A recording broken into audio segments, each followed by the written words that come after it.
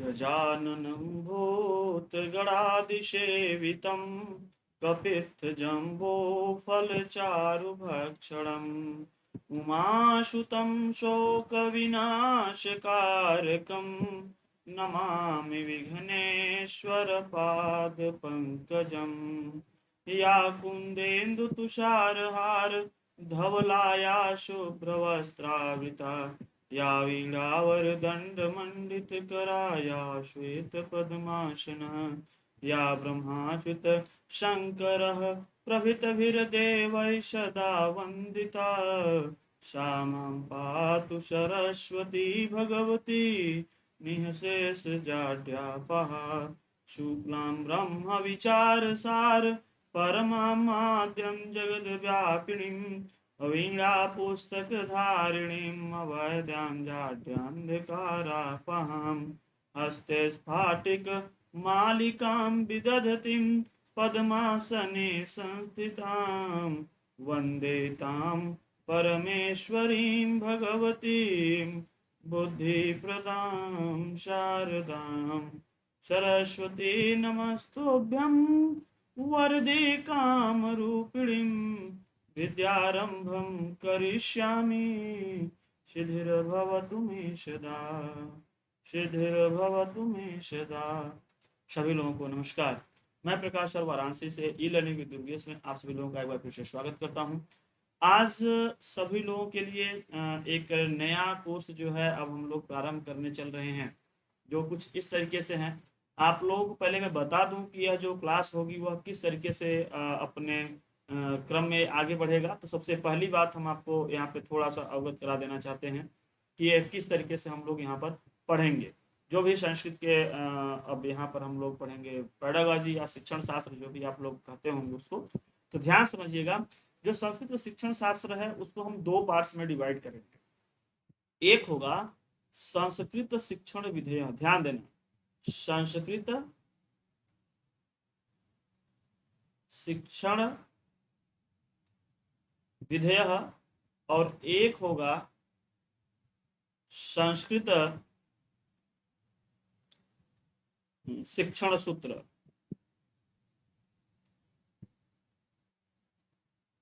ध्यान समझिएगा, संस्कृत शिक्षण विधियां जो भी हम लोग पढ़ेंगे दो पार्ट्स में पढ़ेंगे। नंबर एक संस्कृत शिक्षण विधियां, और एक पढ़ेंगे हम लोग संस्कृत शिक्षण सूत्रावली, मतलब संस्कृत शिक्षण सूत्र। ये दो पार्ट्स में बहुत सारे विधियों को पढ़ेंगे, बहुत सारे शिक्षण सूत्र पढ़ेंगे। शिक्षण विधियों के अंतर्गत एक उसके ब्रांच को हम लोग पढ़ेंगे।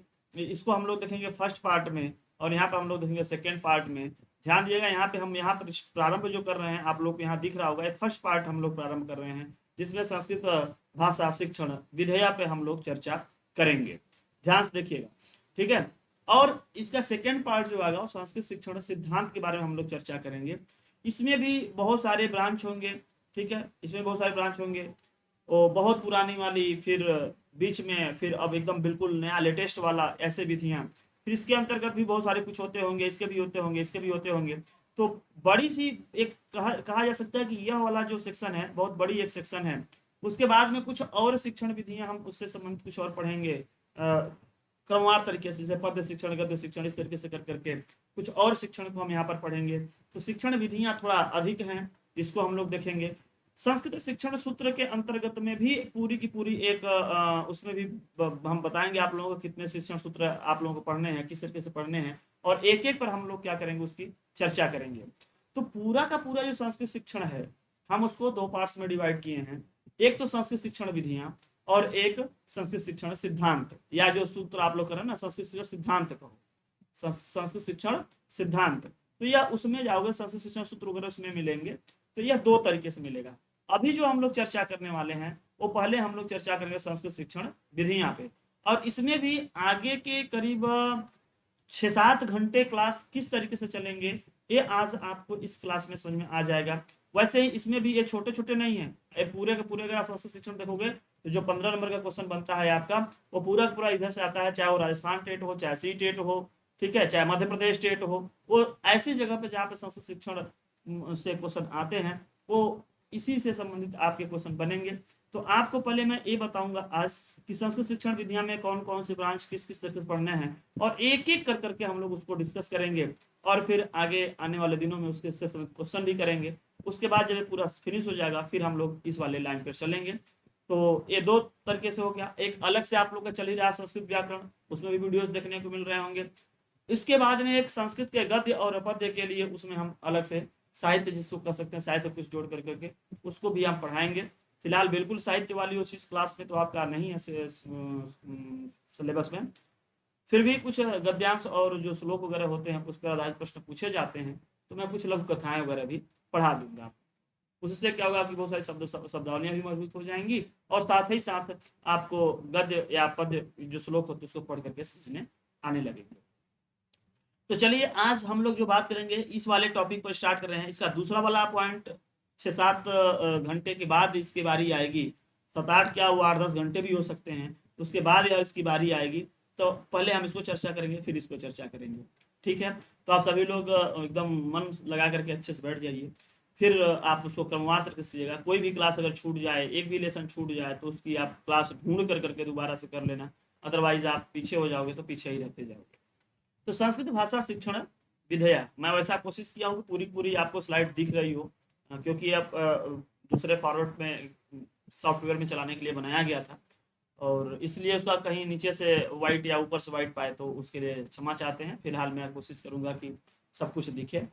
एक विशेष बात और मैं बता दूं कि आगे की जो भी संस्कृत शिक्षण की जो क्लासेस हमारी होंगी उससे संबंधित या नोट्स या फिर कुछ, तो नोट्स आपको इसी पीडीएफ के फॉर्म में भी मिल पाएंगे, और फिर से इसको जो है टाइप करवाना और फिर से उसको A4 साइज पेज पे ले जाना थोड़ा सा कठिन हो जाता है।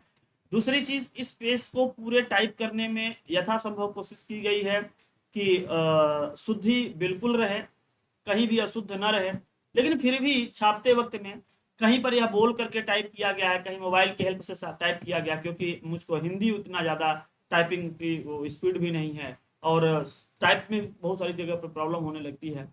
तो उस जगहों पे मैं बताते वक्त चलूंगा, उसको आप ध्यान देते चलिएगा। कहीं कहीं कुछ कुछ चीज़ें अगर छूटी होंगी तो हम पढ़ाते वक्त में उसको बताते चलेंगे, तो उसको ध्यान देगा। मैं कोशिश करता रहता हूँ हमेशा, हालांकि इसकी दो डबल या थर्ड लेयर की जो है प्रूफ रीडिंग नहीं हो पाई है, तो उसमें कहीं इधर हो सकते हैं। दूसरी बात रही, तीसरी बात, जो संस्कृत शिक्षण होता है, क्वेश्चन आते हैं संस्कृत में, बहुत सारी चीजों को हम यहाँ पर हिंदी में आपको देंगे। हालांकि उसके टॉपिक कौन कौन से उसमें आएंगे, क्या क्या है उसके मूल लाइनें, वो संस्कृत में मिलेंगे। लेकिन अगर कहीं पे अगर आ जाए, सपोज कर लो कि आपका आ गया कहीं पर विश्लेषण विधि, संरचना विधि, या फिर व्याकरण अनुवाद विधि, तो ये संस्कृत नाम हिंदी नाम से ही मैच करता रहता है। अब उसके अंदर की जो चीजें रहेंगी, जो 2-4 लाइन हम बताएंगे, वो हिंदी में बता देंगे, ठीक है। वो बिल्कुल एकदम एग्जैक्टली संस्कृत में ट्रांसलेटेड नहीं मिलेंगे, और बिल्कुल केवल संस्कृत में अगर मिल जाता है, जैसे अगर हम बात करें कि गद्य शिक्षण में क्या मतलब होता है, तो कहते हैं ग्रहणम अभिव्यक्ति शुद्धोच्चारणम शब्द भंडारण वृद्धि। इस तरीके से अगर करेंगे तो थोड़ा कठिन आप लोगों को लगेगा। हमको पेडागॉजी आपको सिखानी है, तो आपके इसी भाषा में हमको लगता है सिखा देना ज्यादा अच्छा होता है। क्वेश्चन आप हर तरीके से कर पाएंगे, उसमें एकदम दिक्कत नहीं है। सपोज करो जैसे अगर हम बात करें कि श्रवण कौशलम, तो अर्थ ग्रहण पूर्वक श्रवण कौशलम, फिर हम बात करें शुत्वा अर्थ ग्रहणम, तो ये सब ऐसे ऐसे अगर हम संस्कृत में केवल उसके टॉपिक्स पॉइंट्स को बोलेंगे तो थोड़े कम रहेंगे। एक्सप्लेन हम आपकी भाषा हिंदी में ही करेंगे, और बहुत सारी चीजों को संस्कृत में और हिंदी में दोनों माध्यम से चलेगा। जहाँ पे कुछ जरूरी रहेंगी मैं उसको बताता चलूंगा। अब जैसे क्वेश्चन आ ही जाएगा त्रिभाषा सूत्र, तो त्रिभाषा सूत्र प्रथम भाषा, द्वितीय भाषा, तृतीय भाषा। प्रथम भाषा मातृभाषा और क्षत्रिय, उसको संस्कृत में बोलने की कोई जरूरत नहीं है कि प्रथम भाषा मातृभाषा व क्षत्रिय भाषा, मातृभाषा क्षत्रिय भाषा व, ऐसा या ऐसे इसका बोलने की कोई जरूरत नहीं है। आप कैसे समझ पाओगे वो हम जानते हैं, तो आप समझने की कोशिश कीजिए, समझने के लिए पढ़िए, और क्वेश्चन जो आएंगे वो संस्कृत में किस तरीके से बनेंगे, आप अगर इसको पूरा पढ़ लेते हैं निश्चित तरीके से कर पाएंगे। तो चलिए हम लोग आज की क्लास प्रारंभ करेंगे। अगले आज जो है पेडागॉजी वाली क्लास स्टार्ट कर दे रहे हैं, संस्कृत शिक्षण की क्लास स्टार्ट कर दे रहे हैं। तो सबसे पहले बात आती है भाषा। भाषा क्या है, तो भाषा शब्द का निर्माण कैसे हुआ। भाषा आप ध्यान देगा, भाषा जो है वो भाष शब्द से बना है। किससे बना है, भाष धातु से, शब्द नहीं, भाष धातु से बना है, ठीक। और भाष जो धातु है उससे जब हम भाषा बनाए तो उसमें क्या क्या मिला, भाष में जब हम अच प्रत्यय लगा तो बना भाष, और भाष में जब टाप को लगाए तो बन गया भाषा। ठीक, उतना डिटेल में अंदर की बात जब हम व्याकरण चीज पढ़ाएंगे तो उसमें हम बात करेंगे। अदरवाइज यहाँ पे उतना ज्यादा कुछ करने की आवश्यकता नहीं है। कुछ चीजों को हम यहाँ पर जो जरूरत नहीं होंगी उसका नाम नहीं लेंगे, और उससे जो चीज आप जानते हो वो लेंगे।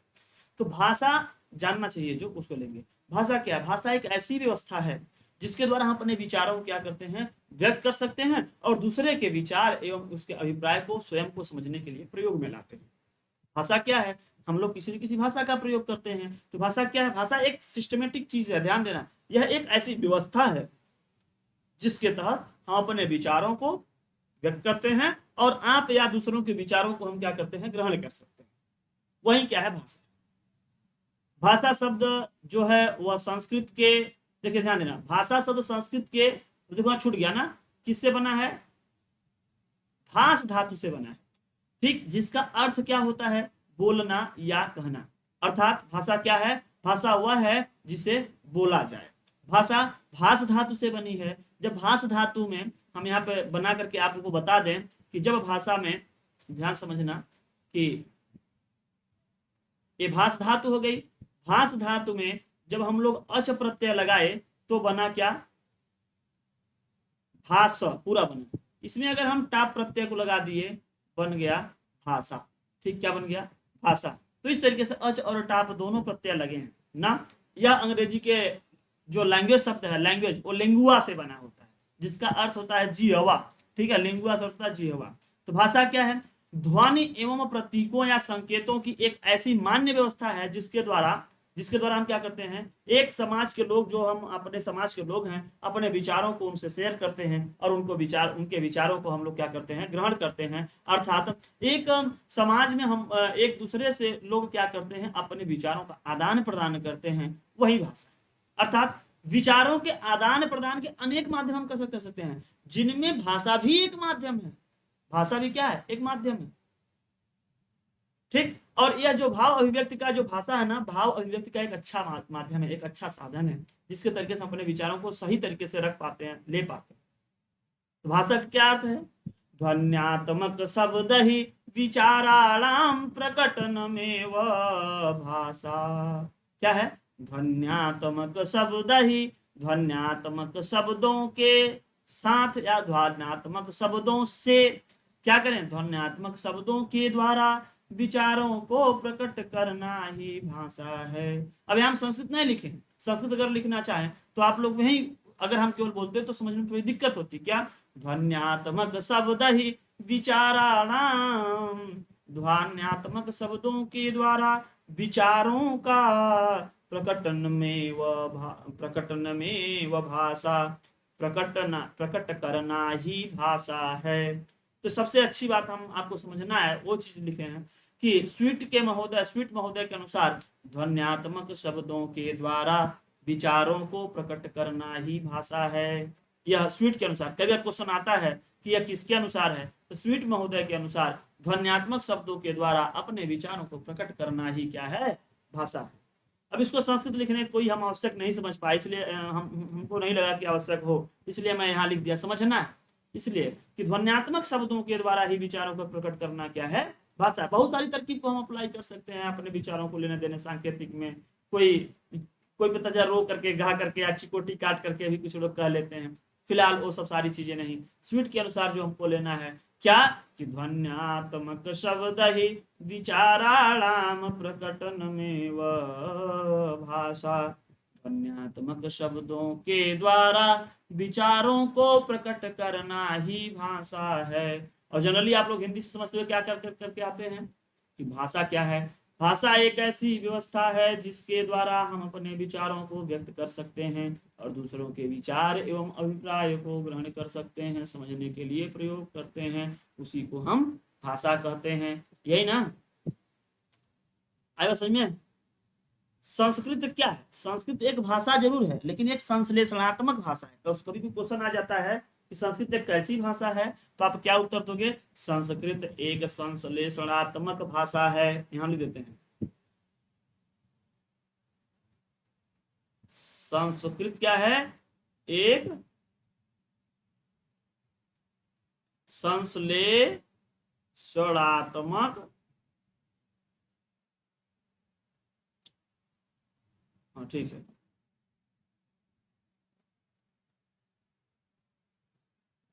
कहीं अगर दिखाई देता है तो घबराने की बात नहीं है, वो आगे पीछे कर करके भी हम करेंगे तो निश्चित तरीके से दिखाई दे देगा। घबराने की बात नहीं है, पूरे पीडीएफ को हम आप लोगों को शेयर कर देंगे, आप लोग पूरी पीडीएफ प्राप्त कर सकते हैं। तो क्या मिला, क्या मिला है आपको यहाँ पर? संस्कृत के बारे में आपको कुछ हो गई कि संस्कृत एक संस्कृत भाषा है। आगे हम संस्कृत के बारे में ही अब चर्चा करेंगे कि हम संस्कृत पढ़ रहे हैं। तो क्या मिल जाएगा? भाषा शिक्षण के उद्देश्य, कोई भी भाषा अगर आप शिक्षण करते हो तो उसका मूल उद्देश्य होता है ग्रहण और अभिव्यक्ति। क्या होता है? कोई भी भाषा अगर आप पढ़ाओ तो उसका मूल उद्देश्य यही होता है। कोई भी भाषा के बारे में अगर आप बात करते हैं तो उसका मूल बात यही होता है। तो ये ना बार बार सेट करना पड़ेगा, देखना पड़ेगा हमको बार बार, एग्जैक्टली जो है फ्रेम में जा करके सेट नहीं हो रहा है।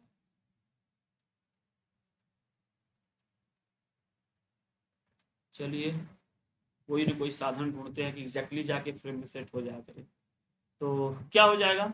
भाषा शिक्षण के उद्देश्य, तो ग्रहण और अभिव्यक्ति, भाषा शिक्षण का मूल उद्देश्य ग्रहण और अभिव्यक्ति होता है। अब हम लोग पढ़ रहे हैं संस्कृत भाषा शिक्षण, तो संस्कृत का यहाँ पर उद्देश्य हो जाएगा, ऐसे हिंदी वाले अपना उद्देश्य गाएंगे, ऐसे ऐसा उर्दू वाले अपना गाएंगे, अंग्रेजी वाले अपना गाएंगे, लेकिन सबका विचार, सबका जो उद्देश्य होता है आप देखोगे कि वह इसी के आसपास, इसी के इर्द गिर्द घूमता है।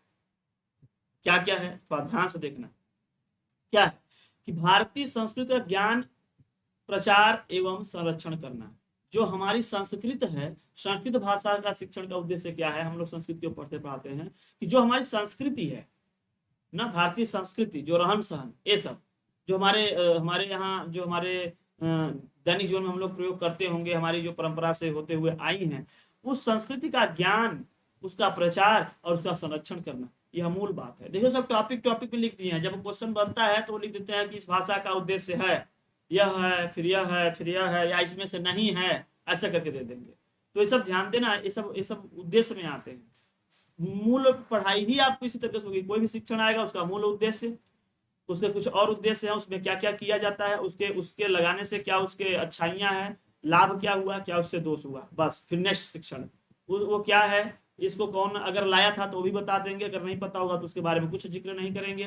फिर उससे होने वाले क्या क्या परिवर्तन हुए, उसकी क्या दोष हैं, फिर नेक्स्ट शिक्षण। इसी तरीके से हम आगे पूरी पूरी शिक्षण पढ़ाएंगे।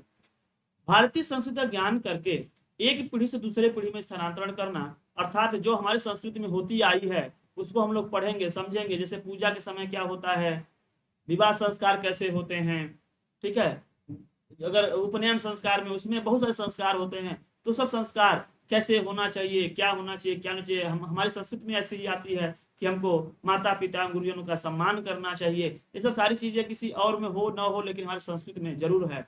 तो भारतीय संस्कृति हमारी एक अलग संस्कृति है। अगर आप देखोगे तो सभी देशों की तुलना में आप देखोगे तो हमारी जो संस्कृति है बहुत बेहतरीन नंबर 1 की संस्कृति है। अब कुछ लोग अपने संस्कृति को छोड़ करके अगर पाश्चात्य सभ्यता के लोगों को अगर उधर से इधर लेके आ रहे हैं तो हम नहीं कर सकते हैं। और निश्चित तरीके से कि अब जब अपना हम लोगों की जो संस्कृति थी बेस्ट थी, अब उसको अगर आप दूसरे किसी मलिन चीजों से अगर आप ढक रहे हो तो फिर क्या कहा जाए, उसको फिर हम कुछ नहीं कहेंगे। आप लोग खुद समझदार हैं, बुद्धिमान हैं, समझते होंगे, ठीक है। तो अब क्या है, नेक्स्ट वाले में चलते हैं, देखते हैं कि नेक्स्ट पॉइंट क्या है। राष्ट्र के प्रति, संस्कृत के प्रति समादर, ध्यान देना, यहाँ पे लिख दिया गया है समादर नहीं, समादर व भावात्मक एकता का विकास करना। क्या मतलब है? राष्ट्र के प्रति, यहाँ कामा होना चाहिए, राष्ट्र के प्रति और संस्कृत के प्रति समादर माने समान आदर, अर्थात उनको हम ऐसा नहीं ऊंच नीच दिखाने की कोशिश न करें। राष्ट्र के प्रति, संस्कृत के भी प्रति समादर व भावात्मक एकता, माने हम लोग भावुक एक तरीके से रहें। ऐसा नहीं किसी जाति वर्ण या किसी विशेष वर्ग के समुदाय के लोगों के साथ में हमारा दूसरा व्यवहार रहे और दूसरे के साथ में दूसरा व्यवहार रहे ना, ऐसा नहीं होना चाहिए। राष्ट्रीय एकता को हम कह सकते हैं, उसको विकसित करना हमारे संस्कृति में ऐसा दिया गया, ऐसा दिया गया। बहुत सारी आप कहानियों को निकाल कर देख लीजिए, उसमें कभी भी नहीं कहा जाता कि मार काट कर करके आप लोग अलग हो जाइए ना, ऐसा कुछ नहीं। फिर जो मूल बात एक आती है जो आप लोग प्राथमिक विद्यालय में आप लोग देखते हैं, विद्यार्थियों को संस्कृत भाषा का सामान्य ज्ञान प्रदान करना, माने बहुत विशिष्ट जानकारी नहीं देना है, सामान्य जो जानकारी है वह आप दीजिए संस्कृत का। ठीक, कोई भी अगर भाषा बच्चा सीखता है तो उस भाषा की सामान्य जानकारी होती है। ठीक उसी तरीके से हमारे यहाँ हैं सभी लोग, उसमें ऐसा नहीं है कि संस्कृत में लेना, संस्कृत में देना, संस्कृत खाना, संस्कृत उठना, संस्कृत बैठना, सामान्य जानकारी होनी चाहिए, ताकि आप लोग उसमें जो उसके शास्त्रों में वर्णित चीजें हैं वो सब सारी चीजें लिखी गई उसको पढ़ करके आप कम से कम समझ पाए। और कोई बहुत बड़ी पीएचडी करने की आवश्यकता नहीं है, तो आपको यह होना चाहिए। फिर कहा गया संस्कृत को बोध पूर्वक, ध्यान देना, बोर्ड नहीं, यहाँ होना चाहिए बोध। देखो ऐसे ही छोटी छोटी कहीं कहीं अभी भी जो है मिस्टेक है, जिसको हम कोशिश करेंगे कि आगे सही करके तब आप लोग शेयर किया जाए, या जो अभी हम कर रहे हैं करेक्ट इसी को शेयर करें। तो संस्कृत को बोध पूर्वक सुनने, अर्थात जानकारी हो, सुनिए तो, बोलने, पढ़ने और लिखने की क्षमता का विकास करना, अर्थात संस्कृत भाषा में जो भाषा कौशल होते हैं उसको विकसित करना। माने संस्कृत को आप सुन करके समझ पाए, संस्कृत को आप बोल पाए, संस्कृत में लिखी हुई चीजों को आप पढ़ करके समझ पाए, और संस्कृत में अपने विचारों को लिख कर करके प्रदर्शित कर पाए, अभिव्यक्त कर पाए। तो ये वाली क्षमता का विकास कर। ठीक, अगर यही कोई उर्दू पढ़ाता रहेगा तो कहेगा उर्दू में पढ़ पाए, उर्दू में बोल पाए, उर्दू में सीख पाए, उर्दू में ये कर पाए, उर्दू में वो कर पाए, ये सब सारी चीजों के बारे में बात करेंगे। आगे क्या है, संस्कृत भाषा व साहित्य के प्रति अभिरुचि उत्पन्न करना, अर्थात संस्कृत के प्रति इतनी रुचि उत्पन्न हो जाए कि बच्चा स्वयं से ही किताब खोल करके संस्कृत में कहानियों को पढ़े, संस्कृत के जो पुराण है उसको पढ़े, उपनिषद पढ़े, बहुत सारी चीजों को संस्कृत में जो साहित्य है उसको पढ़ने के लिए उसको प्रेरित करें। उतना हमारा उद्देश्य होना चाहिए संस्कृत भाषा शिक्षण का। ठीक है, तो यह रहे उसके कुछ उद्देश्य और संस्कृत भाषा शिक्षण के भी उद्देश्य। अब हम लोग आगे चलते हैं, देखते हैं कि संस्कृत शिक्षण या कोई भी शिक्षण होता क्या है, शिक्षण क्या है और शिक्षण विधि है क्या, क्यों हम लोग इसके पीछे दौड़ रहे हैं कि शिक्षण या शिक्षण की विधियों के ऊपर क्यों दौड़ रहे हैं, क्या है ये चीज। तो इसको अगर हम लोग समझें तो ध्यान दीजिएगा कि संस्कृत भाषा शिक्षण विधियों के अंतर्गत हम लोग बात कर रहे हैं शिक्षण। शिक्षण क्या है, कक्षा में पाठ्यक्रम को लेकर शिक्षक और छात्र के बीच होने वाली एक सुव्यवस्थित अंतःक्रिया ही शिक्षण कहलाती है। अगर वह सही नहीं है, मिरघाट तिरघाट हो रही है, शिक्षण क्रिया सही नहीं, शिक्षण होगा ही नहीं। ठीक, तो क्या क्या है ध्यान देना, त्रिआयामी जो प्रक्रिया है उनके अनुसार यहाँ पे बात हो रही है कि कक्षा में पाठ्यक्रम को लेकर के किसी अनहे सनहे टॉपिक पे चर्चा करना नहीं, पाठ्यक्रम को लेकर के शिक्षक और छात्र, शिक्षक हो गए उनके साथ में एक छात्र हो गया, तो शिक्षक और छात्र के बीच होने वाली सुव्यवस्थित अंतःक्रिया ही, सुव्यवस्थित माने सटीक तरीके से, व्यवस्थित तरीके से उसकी चर्चा परिचर्चा जो भी हो, अंतःक्रिया हो, वह भी शिक्षण कहलाती है। अदरवाइज शिक्षण नहीं होगा। इस बात को दिमाग में फीड कर लेना। कहीं कहीं परिभाषा से इससे आप बहुत सारी चीजों को समझने में आपको मदद मिलेगी। अब बहुत सारे उद्देश्य अगर गलत होने लगेंगे तो आप काट देंगे। अब बात आती है कि शिक्षण तब विधि क्या है। तो हम भाई शिक्षण कार्य करेंगे तो हम शिक्षण कार्य को सरल तरीके से, आसानी से, मतलब कम समय में रोचक तरीके से, किस तरीके से बच्चे को सिखा दे। कई बार क्या होता है कि बच्चा एक मेथड से नहीं सीख पाता, उसके लिए दूसरा तरीका, उसके लिए तीसरा तरीका, चौथा तरीका। तो बहुत सारे टेक्निक टीचर के पास होनी चाहिए, ताकि वह, अगर मान लीजिए मैं आपको अध्यापक बना देता हूँ, तो मैं अगर आपसे पूछूं मैं आपको अध्यापक क्यों बनाऊं, तो आप हमको बताओगे ना, आपके अंदर कुछ कुछ फीचर्स होंगे, कुछ कुछ विशेषताएं होंगे। कोई भी अगर मिस्त्री आप अपने घर पे लगाते हो तो आप कोई भी मिस्त्री लगा लेते हो, कुछ आए चाहे ना आए कोई मिस्त्री लगा लेते हो, नहीं ना। कुछ कुछ चीजें उसको बहुत सारे तरकीब पता होंगे, कुछ बहुत सारे मेथड, बहुत सारे टेक्निक पता होगा। ठीक उसी तरीके से बच्चे को सिखाना है, बच्चे के लाइफ में जो भी कमियां है, जो भी समस्याएं आ रही हैं उसको दूर करना है, उसको पढ़ाना है, सिखाना है। तो क्या सही रहेगा, बच्चे को कितने सरल तरीके से, आसानी से, रोचक तरीके से, आप कितने अधिक से अधिक आपके पास में तरकीब रहे, उन तमाम तरकीबों को लगा करके पढ़ाना ही वही शिक्षण विधि है, वही शिक्षण विधि है। अगर विश्वास करिए, अगर आपके पास में बहुत सारे तरकीब नहीं है, बहुत सारे टेक्निक नहीं है, तो आप एक अच्छा टीचर नहीं है। ठीक उसी तरीके से जैसे कोई आप अपने यहाँ मिस्त्री बुलाए हैं, अगर उसके पास बहुत अच्छा टेक्निक नहीं है तो आप उसको नहीं बुलाते, उससे काम नहीं करवाते हैं। ठीक उसी तरीके से अगर आपको शिक्षक बनना है तो आपको बहुत सारे टेक्निक पता होने चाहिए कि बच्चा अगर इस तरीके से नहीं सीख पा रहा है, उस तरीके से सिखाएं, उस तरीके से नहीं सीख रहा है, अगले तरीके से सिखाएं। ये बहुत सारे प्रोसेस होते हैं। और ध्यान देना, पूरा का पूरा जो शिक्षण विधि हम पढ़ाएंगे, पूरी पेडागॉजी पढ़ाएंगे, यह एक चर्चा का विषय है, यह एक डिस्कशन का विषय है। पूरे के पूरे चैप्टर में हम डिस्कशन ही करेंगे। और आप सोचो, सुनोगे, अभी हम आपसे तो आपकी आवाज तो सुन नहीं पाएंगे, अभी हम जो बोल रहे हैं उसको सुनिए, ये विचारधारा होती है एक तरीके की, अगर आप उसको डेवलप कर लिए फिर पेडागॉजी कोई क्वेश्चन आपसे गलत नहीं होंगे। कुछ फैक्चुअल चीजें आती हैं, कुछ फैक्चुअल आती हैं, कुछ फैक्ट पूछे जाते हैं, तो वो भी इसी से आप पढ़ते रहोगे तो उसमें मिल जाएंगे वो सब सारी चीजें। ध्यान से देखना, शिक्षण कार्य को किस तरीके से सुव्यवस्थित तरीके से ध्यान देना, जो शब्दावली है, जो शब्द है उसको अच्छे से पकड़ के चलना, क्योंकि यही आपको काम करेगा आगे क्वेश्चन में सही बात को पकड़ने के लिए। शिक्षण कार्य को अंधे गंदे तरीके से प्रस्तुत करना ना, शिक्षण कार्य को सुव्यवस्थित तरीके से प्रस्तुत करना ही शिक्षण विधि कहलाता है। सुव्यवस्थित तरीके से प्रस्तुत करना, इसका मतलब यह नहीं कि कैसे भी कहीं मीर घाट तीर घाट पढ़ाने लगे, कुछ पढ़ाने लगे, गरिया के पढ़ाने लगे, नाच, उल्टा सीधा तरीके से नहीं। रोचकता लाने के लिए कुछ आप कीजिए, लेकिन आप ऐसा नहीं कि आप उल्टे सीधा तर्क आप देने लगे, गलत बात है। सुव्यवस्थित तरीके से प्रस्तुत करना। मुर्गा बना दिए बच्चे को और फिर पढ़ाना स्टार्ट कर दिए, कहोगे कि कठिन मेहनत करेगा बच्चा तो बहुत आगे जाएगा, कठिन मेहनत करेगा तो पैर जो है आग में डाल करके आप पढ़ाओगे तो पढ़ेगा, ऐसा बात नहीं। सुव्यवस्थित तरीके से प्रस्तुत करना ही शिक्षण विधि कहलाता है। शिक्षक को सम्यक माने भली भांति ढंग से चलाने के लिए शिक्षण विधि अत्यंत आवश्यक है। जैसा कि मैं पहले ही बताया हूं कि अगर अच्छे से अगर आप शिक्षण करना चाहते हैं तो आपके पास में तमाम शिक्षण विधियां आपके पास होनी चाहिए, आपको उसका ज्ञान होना चाहिए, अदरवाइज सब शिक्षण विधियां आपका व्यर्थ है। आगे की स्लाइड में हम लोग चलते हैं, देखेंगे यहाँ पर संस्कृत शिक्षण विधियों के जो ब्रांच हैं जिसको हम लोग को पढ़ना है, किस तरीके से पढ़ना है, कहाँ तक उसको लेके चलना है। सही तरीके से सेटिंग, हाँ इस फॉर्म में आ रही होंगी शायद। चलिए इस पे देख लेते हैं। बिल्कुल यार 16:9 में बनाई गई है ना, एकदम मोबाइल की एकदम स्क्रीन के साइज पर। अब ये कितना कैप्चर कर रहा है, इसके कैप्चर पे जो है एकदम सेट होना पड़ेगा कि वह कहाँ तक जाके सेट हो जा रहा है। हम लोग ऐसे बात हाथ से हिला देते हैं ऐसे ऐसे तो ऊपर नीचे हो जाता है, अदरवाइज इतने पे रहे तो एकदम एग्जैक्टली आए। नीचे भी देखो भाग रहा है। तो इसकी सिस्टम, ये सॉफ्टवेयर ये दूसरे सॉफ्टवेयर में चलाने के लिए बनाया गया था। फिलहाल मैं आपको अपने आपके सॉफ्टवेयर में आपके लोगों के लिए वीडियोस दे रहा हूँ, तो थोड़ा बहुत अगर कटेगा तो आप लोग उसको एडजस्ट करिएगा। स्लाइड सही बनी है, सब कुछ सही बना है, केवल उसकी साइज में विंडो में जो आ रहा है इसमें थोड़ा बहुत ऊपर नीचे हो जा रहा है।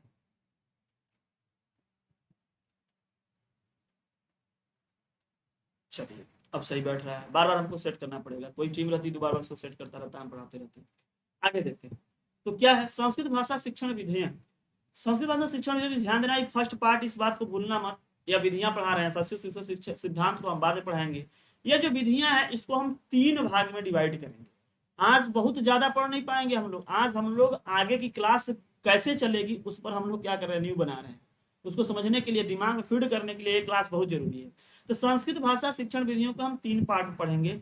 परंपरागत या प्राचीन विधि, नवीन या आधुनिक विधि, और एक नवीनतम उपागम। नवीनतम जस्ट लेटेस्ट, ध्यान देना।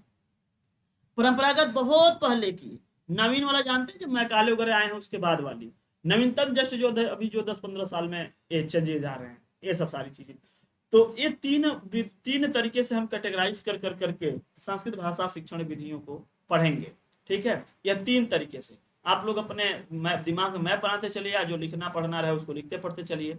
अब हम इसमें भी ध्यान दीजिएगा, पहले हम लोग बात करेंगे परंपरागत पर, फिर नवीन, फिर इस पर नवीनतम पे। तो हम एक एक कर करके यहाँ पे हम आप लोगों को देखो यहाँ अलग अलग कर करके बताने की कोशिश कर रहे हैं, अलग अलग कर करके। ठीक है, चलो देखते हैं यहाँ पर क्या है। यहाँ पे लिखा गया है कि संस्कृत शिक्षण विधियां हम लोग पढ़ रहे हैं, जिसमें फर्स्ट पॉइंट है, इसमें के अंदर 3 पॉइंट है। ध्यान देना यहाँ पर जो है, अच्छा ऐसे करने पे हो जाता है क्या, यहाँ पे साथ फिट हो जाए तो सही रहे। इस तरीके से हम ले चल रहे थे तो जल्दी जल्दी केवल एक पेज जा रहा है। एक सेकंड रुको, हो सकता है कि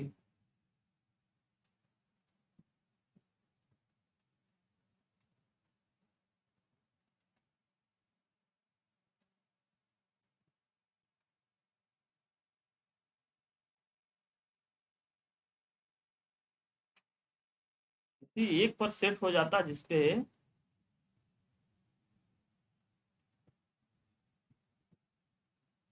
इस पे सेट है सही। अभी थोड़ा सा ऊपर पर, अब इस पे सेट है। अच्छा इस पे अगर हम डायरेक्ट मान लो पेज पे जंप करना चाहें इस मेथड से, तब भी ऊपर नीचे हो जा रहा है, कुछ ना कुछ तो है। कुछ न कुछ तो है, चलिए देख लेते हैं। नाप करके कुछ एक लगाना पड़ेगा, कितने अंदर के अंदर कैप्चर अच्छा कर रहा है। देखते हैं, नारायण वाली सिस्टम, कुछ न कुछ सिस्टम बनाएंगे। तो यहाँ पे क्या हो जाएगा, इसमें क्या है, परंपरागत या प्राचीन विधि, दूसरी है नवीन या आधुनिक विधि, और तीसरी है नवीनतम उपागम। ये तीन मुख्य रूप से हैं। अब हम एक एक कर करके, जिसके ऊपर एक कलर लगा है, आप ये समझ लेना कि इस वाले कलर में है, तो इसके ऊपर हम चर्चा कर रहे हैं। जैसे अभी मैं आपको दिखा दूं, हाँ देखो इस वाले में क्या आ गया, इस वाले को कलर मैंने कर दिया। नेक्स्ट वाले में अगर देखेंगे तो इस वाले को कलर कर दिया, तो इस वाले को कलर कर दिया, तो आप समझ जाओगे कि वो उस वाले कलर में चला जाएगा, इस वाले कलर में, और यह इस वाले कलर में। ठीक है, थोड़ी कट रही है।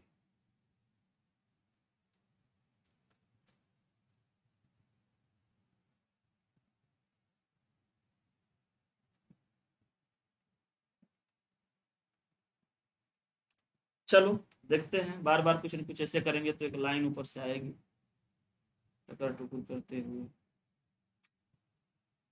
कोई सिस्टम इसका सही एग्जैक्टली बनाना पड़ेगा।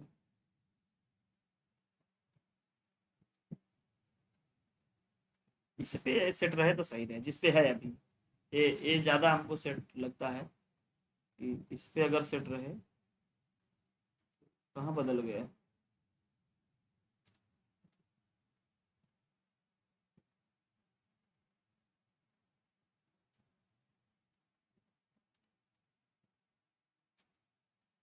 अच्युतम केशवम कृष्ण दामोदरम। चलिए, तो परंपरागत या प्राचीन विधि यह दो पार्ट्स में डिवाइड है, एक पाठशाला विधि और एक व्याकरण अनुवाद विधि। जब हम परंपरागत विधि को पढ़ेंगे तो उसमें दो विधियां पढ़ेंगे, एक पाठशाला विधि और एक व्याकरण अनुवाद विधि। जब हम पाठशाला विधि के बारे में चर्चा करेंगे तब देखेंगे कि इसके अंदर कितने पॉइंट्स आते हैं। फिलहाल अभी मैं बता दूं आपको कि इसके अंदर भी बहुत सारे पॉइंट्स आएंगे। तो पहले पाठशाला चर्चा करेंगे, तब व्याकरण अनुवाद विधि की। जब हम ये दो पॉइंट इसके अंतर्गत पढ़ लेंगे, तब हम लोग लेकर के आएंगे इस वाले पॉइंट पर, और यह वाला जो पॉइंट रहेगा, यह नवीनतम, नवीन या आधुनिक विधि में हम लोग पढ़ेंगे। किसमें पढ़ेंगे, नवीन या आधुनिक विधि के अंतर्गत फिर हम लोग इस वाले पॉइंट को यहाँ पर पढ़ेंगे। और जो नवीन या आधुनिक विधि में है, इसमें इसके अंतर्गत ये सारे पॉइंट्स लिए गए हैं। ध्यान देना, ये जो पॉइंट्स है ना, ये सब इसी के अंदर लिए गए हैं। तो अब हम पूरा बनाएंगे तो बहुत ज्यादा ये डिस्टर्ब हो जाएगा पूरा का पूरा। बस ये ध्यान देना कि ये जो भी पॉइंट्स हैं, ये सारे के सारे पॉइंट्स यह इसी के पॉइंट्स हैं, सभी के सभी। ठीक है, सभी के सभी पॉइंट्स यह नवीन या आधुनिक विधि के हैं, जिसमें हम लोग पढ़ेंगे पाठ्य पुस्तक विधि, प्रत्यक्ष विधि या निर्वाध विधि या सुगम विधि, फिर हर्टबर्ट की पंचपदी, विश्लेषण विधि, संरचना विधि, समवाय या समन्वय विधि, मूल्यांकन विधि। सारी विधियां हम पढ़ेंगे नवीन या आधुनिक वाले। फिर हम आगे अगर हम चलें तो आगे वाले में देखना,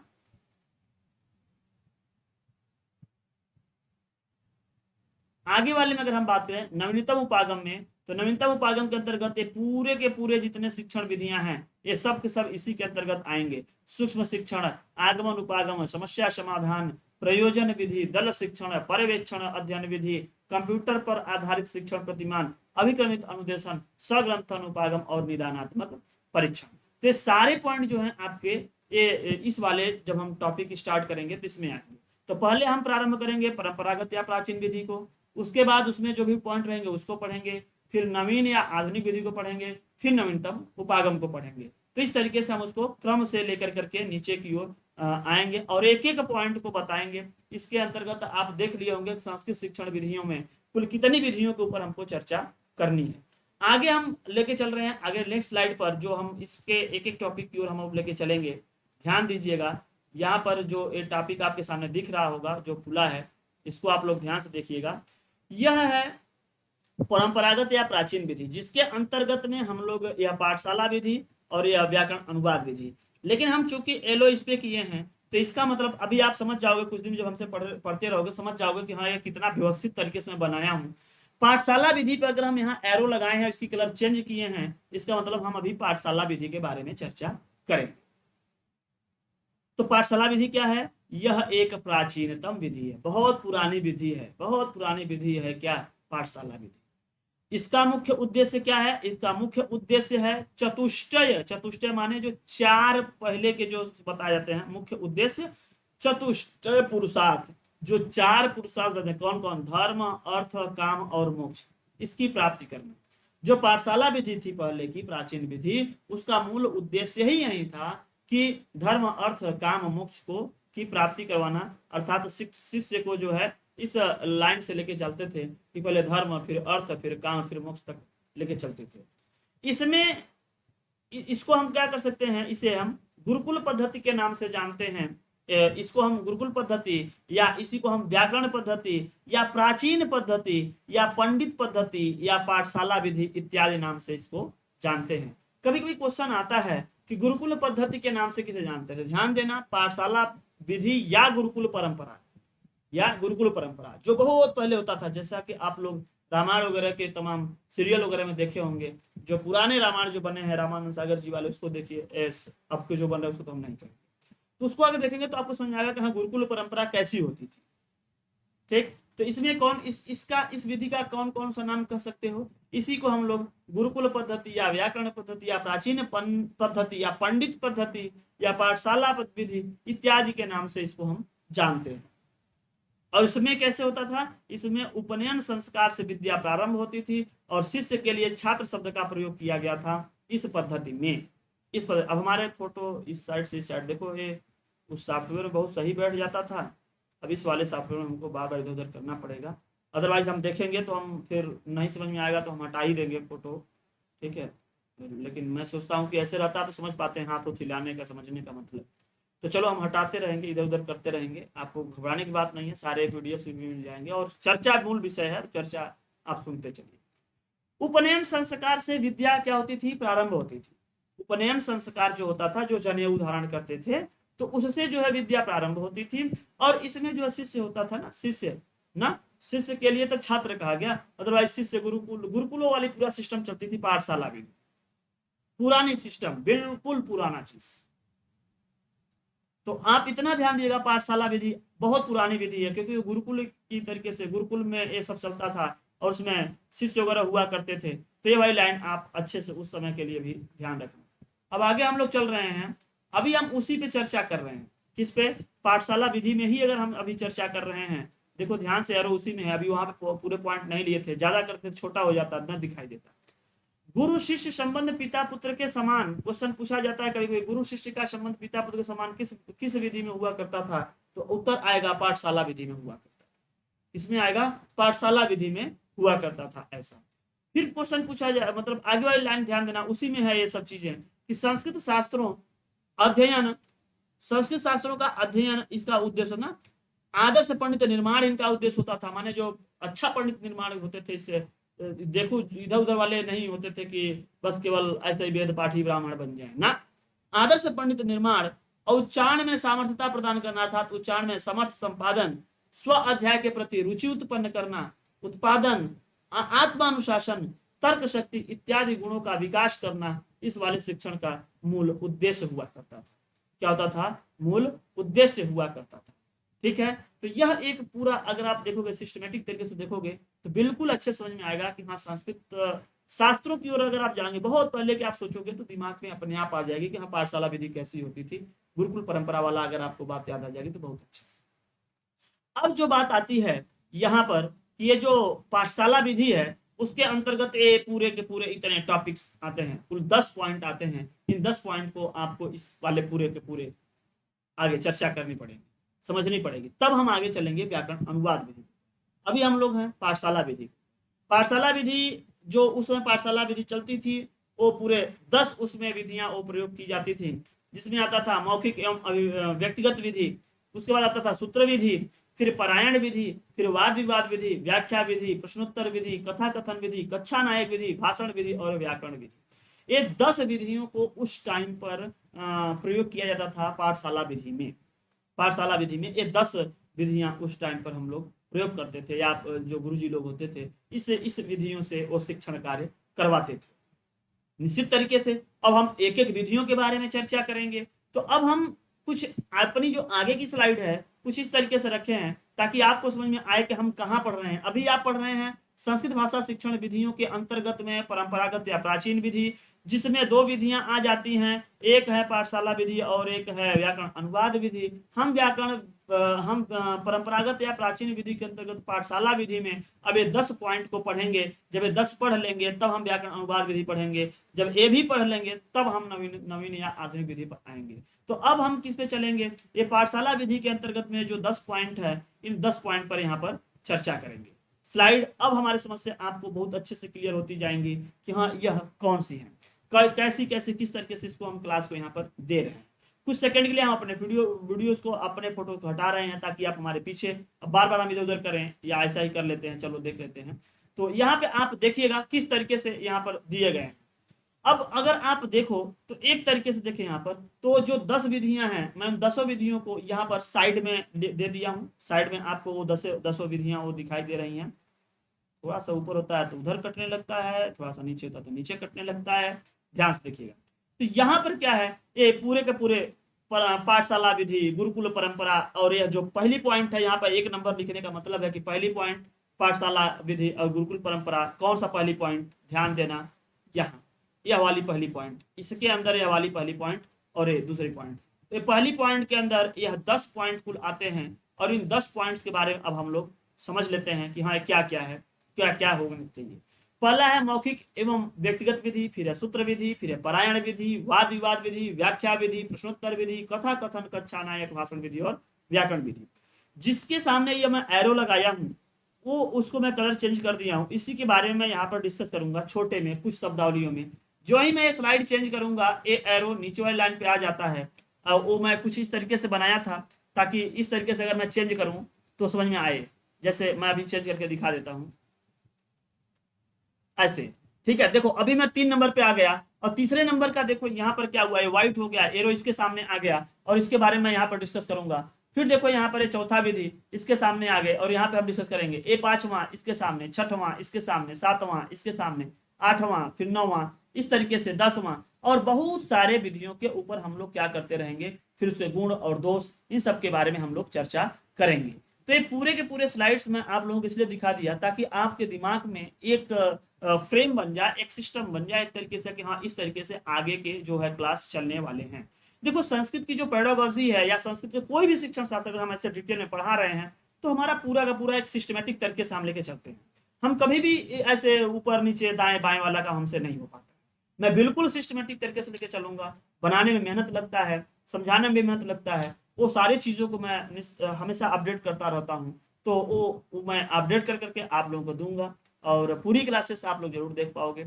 और जो भी इसके पीडीएफ्स वगैरह होंगे मैं उसको भी एक क्लास के बाद में उसको मैं शेयर अवश्य कर दिया करूँगा। आप लोग जो भी हो जैसे भी हो सर जिस तरीके से आप लोगों को देना चाहेंगे वो आपको प्रोवाइड कर देंगे। अब ये मुझे नहीं पता कि वो किस तरीके के किस फॉर्मेट में आपको मिलेगा, बट ये पूरी स्लाइड्स, ये पूरे मटेरियल्स आपको अवश्य मिलेंगे। तो ये अब जो है हम स्टार्ट करेंगे, ये 10 पॉइंट पर डिस्कस करेंगे। अब ये 10 पॉइंट पर डिस्कस करने लगेंगे तो अगर हम सोच लो अगर हम 2-3 मिनट भी डिस्कस करूंगा तो आधे घंटे 40 मिनट के आसपास इसमें डिस्कशन में चले जाएंगे। तो हम इसको नेक्स्ट वाले वीडियोस में इस पे हम डिस्कशन करेंगे और एक एक करते हुए आगे बढ़ेंगे। तो आप लोग बिल्कुल मूड एकदम अच्छे से जो दिमाग है सेट कर लो कि किस तरीके से आपके क्लास आगे चलने वाले हैं। ठीक है, तो अभी के लिए बस इतना ही। मिलते हैं नेक्स्ट क्लास में। अगर अच्छा लगा हो लाइक जरूर कीजिएगा, अगर कुछ उसमें चेंजेस चाहते हैं तो आप लोग उसको भी बताइएगा। तो अभी के लिए बस इतना ही। Thanks for watching. जय हिंद।